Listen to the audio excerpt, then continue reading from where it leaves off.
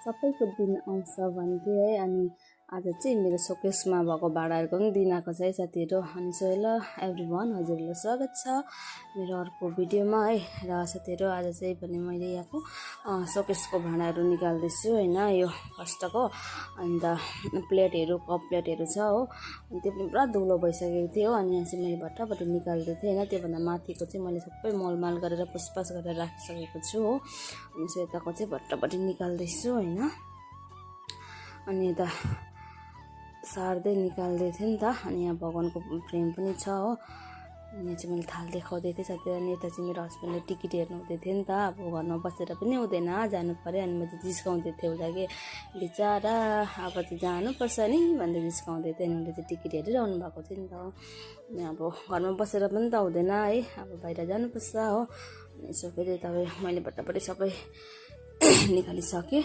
अन्त यता मैले चाहिँ बकेटमा हाल्दैछु हो। अनि छिटो छिटो निकालेर चाहिँ अब फुट्ने चिजहरू हुन्छ हो। अनि डर लाग्छ कि भट्टाभट्टी निकालेर। अनि यसो म चाहिँ यता भाँडा मोल्ने ठाउँमा सबै लगि पनि सकेको छु हो। अनि त्यसपछि म बसी पनि सकेँ साथीहरू भाँडा मोल्नको लागि हो। अनि यो चाहिँ कालो उयो कप के भन्छ बोटुको मोल्दै थिएँ होइन। सनकसँग गरेर भट्टाभट्टी मोल्यो। यिनीहरू चाहिँ अब त्यति साह्रो मैला पनि हुँदैन नि त। त्यही भएर मैले चाहिँ छिटो छिटो हेर्नुहोस् त कति स्पिड हुँदैछ। यो चाहिँ म्याजिकै भन्नु भएन हो। अन्त छिटो छिटो गरेर मोल्दै थिएँ कि। अनि यता मैले पनि सक्नु आँट्यो। अनि उता हस्बेन्डले चाहिँ पूजा गर्नु हुँदै थियो हो।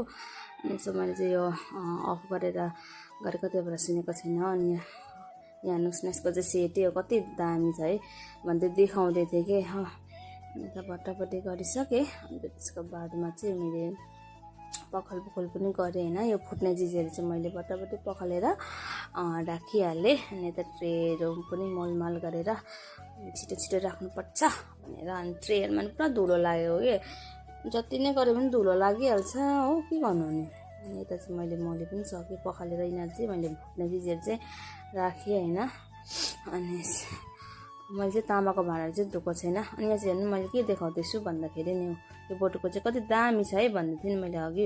यसको कलर जाँदो रहेछ, लुगा कलर गएको थाहा थियो होइन, बोटुकोहरूको चाहिँ थाहा थिएन। यहाँ हेर्नुहोस् न, देखाउँदैछु नि मैले, कलर पो जाँदो रहेछ। अनि यसो अब यसलाई चाहिँ म एकदम प्लेन पारिदिन्छु, कलर सबै गएर लगाएर हो। अहिले चाहिँ यतिकै राखिदिएँ हो।